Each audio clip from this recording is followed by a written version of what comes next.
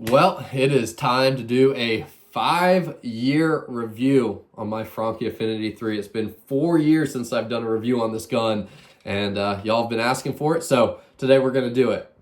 Going to be going over three main things in this video. I'm going to go over the performance, the patterning, and then the appearance. So most importantly, with the shotgun, performance. You want your gun to cycle, and if you've watched my videos over the past 5 years, you've probably been kind of a little bit disappointed with this shotgun at times. There's been times where it has not always been the most reliable shotgun. But I think most of those issues are my fault. There are two situations where I feel like this gun has had some shortcomings, but besides that, it's always been what I would consider a very reliable gun. Most of the issues with it not cycling come from me not cleaning it. My buddies always give me crap because I will not clean this gun for a month or more at times, and that's not recommended. You know, if you really want your gun to be reliable, you should clean it after every hunt, every other hunt, every other hunt at the most. But I've always believed in torture testing my gear, and I've tried to push this thing to the limits quite a few times, and typically after a month or more of hard hunting and not cleaning it, there's so much powder and other residue in there, mud, that I eventually run into some issues, and then I'll clean it. But the two situations where I feel like this gun has had issues that weren't my fault were around sand and salt. Primarily around sand. Really, the times where I've been really unhappy with it were on river goose floats, where I'm just, throughout the day, we're on a sandy river. There's just water and sand pouring into this gun because we're hunting out of kayaks. Guns and sand don't really go together, but this thing seems really susceptible to that action getting gummed up by the sand. And I should say, most of the issues I've ever had with this gun are from this locking bolt head. So this bolt head right here is the culprit of what you would hear, people call the Benelli click, because if that action gets gummed up and it just starts moving a little slow, if that thing doesn't slam shut and it's like that, the gun's gonna click.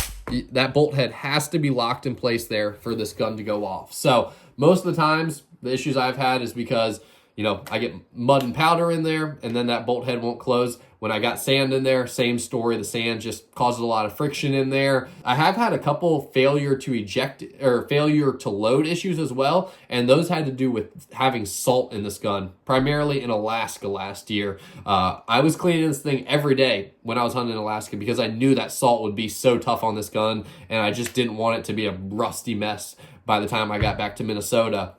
But there was a couple days where I forgot to take the trigger group out of it and clean the trigger group really well, or I, just kind of half-assed cleaning the trigger group. And one of the, or I guess not one of, the bolt or the spring that, operates this lever here to feed those shells in, that spring got really, really rusty and caused me issues for, a week or so. So that's one thing to keep in mind. If you are around sand or around a lot of salt, I would always make sure to clean that trigger group really well after every hunt because, if you neglect it, I think you're going to run into issues pretty quick. I feel like most of the time I've had better success trying to run this gun wet, but when it gets cold, I'm going to run it dry because I don't want that oil to freeze up and kind of gum up in those cold temperatures.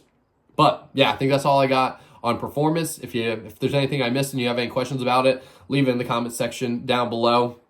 Next thing, patterning. So I've had pretty much the same choke in here since I bought this gun 5 years ago. I bought this Carlson's light modified choke the day I bought this shotgun, and it's been my go-to choke day in and day out for 5 years.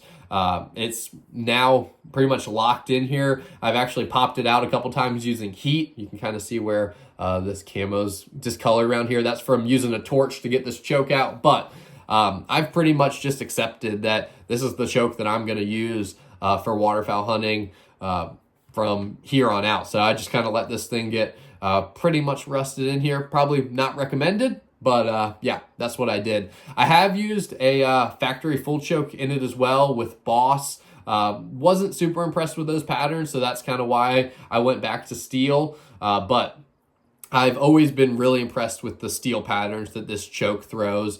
The two shells that when I bought the gun, I patterned a bunch of different shells. And the two shells that I felt like threw the best patterns were Kent Fast Steel and Federal Blue Box. It threw good patterns with pretty much every different shell on the market, but those were my two favorites. So those are the two shells that I've primarily used over the last few years. I guess I've kind of switched over to the Kent 2.0s in the last couple of years since they came out with those. Was really impressed with the patterns this threw with those Kent Fast Steel 2.0s. And then the last couple of years I've tried out some Migra, and then actually last January I tried out some Apex S3 Steel, and both of those I was really impressed with. But every gun and choke combo is different. So if you do buy one of these guns and buy one of these chokes, I would go do your own pattern testing, because like I said, they're all different. The only shell that I've really didn't feel like threw a great pattern were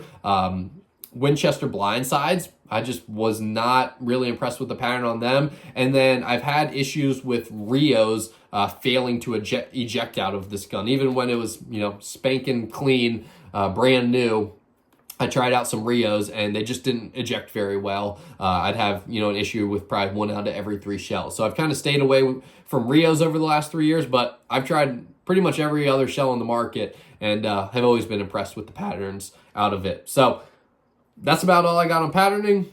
The appearance of this gun. One of my favorite things actually is how much wear this gun has shown. And I know, some people might not like that. I personally do. I think it makes this gun look really unique. Most of the wear has just come from it being in a gun case on long car rides, bumpy gravel roads. It just kind of moves around in that gun case and just wears a little bit over time. The area where it's worn the most has been on the top of the receiver there, but you got wear showing pretty much all over it. On the bottom here, on the barrel, I think a lot of this has been from actually having that shot cam on there. And then, like I said, this discoloration here is from using a torch to get that choke out. But for the most part, it looks, the parts that need to look good, look good. The receiver, I've been able to keep most of the rust off that. Got just a tiny bit of rust on the trigger, but definitely nothing that's going to affect anything. And then I do have a aftermarket charging handle on here. Last year in Texas, my charging handle popped out, and that had actually happened to me once before on a kayak hunt. I had my charging handle pop out, and but it's not something that happens often. But unfortunately, I did lose it last year, so went and bought one off Midwest Gunworks, and that's what I got. I'll put a link in the description. I actually like how that thing looks, kind of a cool little design. So that's about all I got. I would recommend this gun. I think it's a great budget semi-auto. It's not as cheap as a Stoeger, but I think it's a much better made than a Stoeger. I used a Stoeger for 2 or 3 seasons, and I was never really impressed with the Stoeger. But I've been impressed with how this thing's held up. I feel like it fits me still better than any other shotgun. I was actually over at Shields the other day and was throwing up, testing out all their other shotguns, seeing which ones fit me the best. And really, this is the only one that even comes close to fitting me as well as this Franchi is the Benelli SB3. So I think it's a great shotgun. If you can get it for $800 to $1,000, I think it's well worth the money. And if you take good care of it, clean it at least once a week. If you're hunting hard, it'll treat you right. So that's all I got. If you enjoyed this video, I'd really appreciate if you click that subscribe button. And if you have any questions about anything I said, leave it in the comment section down below, and I'll be sure to get back to you. I hope everybody out there is staying safe. God bless, and thanks for watching.